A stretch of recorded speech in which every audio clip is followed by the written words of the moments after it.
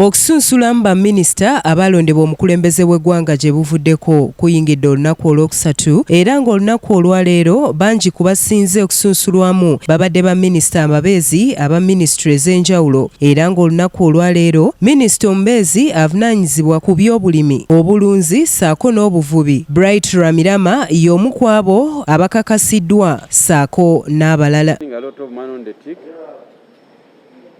And the good news is that we are already making a factory, constructing a factory for FMD vaccine, and also research on tick vaccine has also advanced.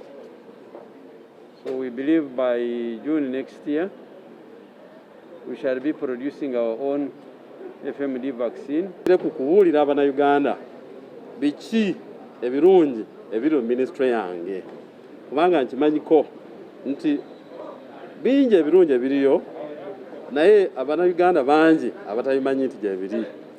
N'olw'ensonga eyo ngenda kukolagana n'abakulembeze b'amadiini, abakulembeze b'ebyobuwangwa. To assure the country, fisheries can bring money more than coffee, can bring money more than oil, can bring money to our country, especially now during this epidemic.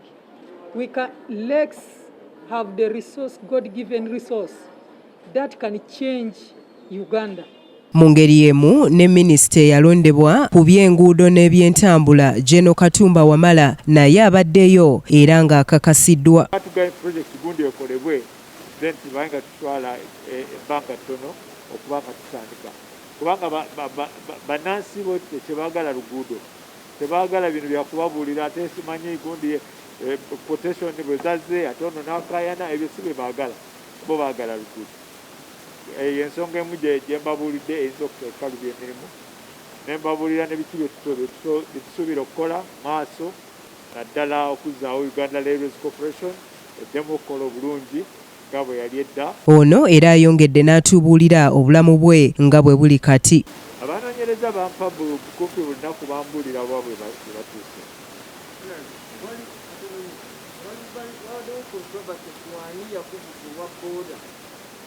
My health is manageable. I think I should be able to be in office. Once approved, if approved, I'll be able to be in office.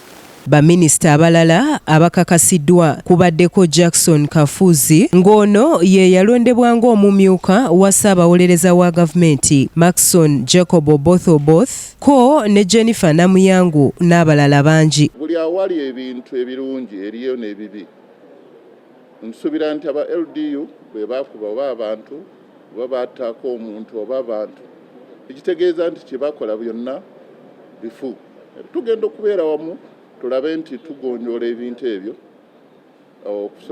okulaba nti bannayuganda batuteekamu essuubi nga gavumenti. Waliyo nnyo ba absent landlord, abantu tebalina mataka kati n'ekyo kirungi nti pulezidenti yakyogerako nti bagenda kikwasaganya tulabe nti abantu baffe bali bulungi ab'Ebunyoro.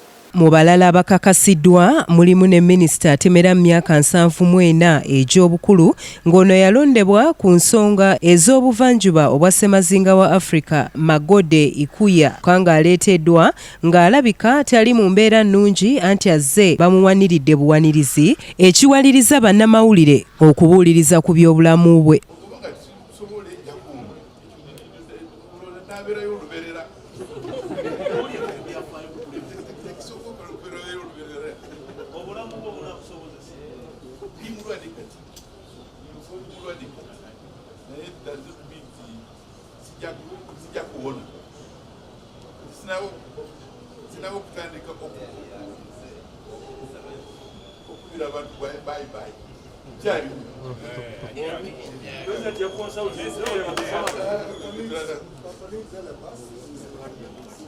Baminisita abalala abasigaddeyo basuubirwa okulabikako mu kakiiko kano nga ssabbiiti eno tennaggwako okwongera okwekenneenya ebiwandiiko byabwe n'okulaba nga bayisibwawo era nga bano bonna wamu baminisita abajjuvu n'ababeezi baabwe bali 81. Eggulire lino likusakiddwa Issa Kigongo ku lwa 44 eggulo.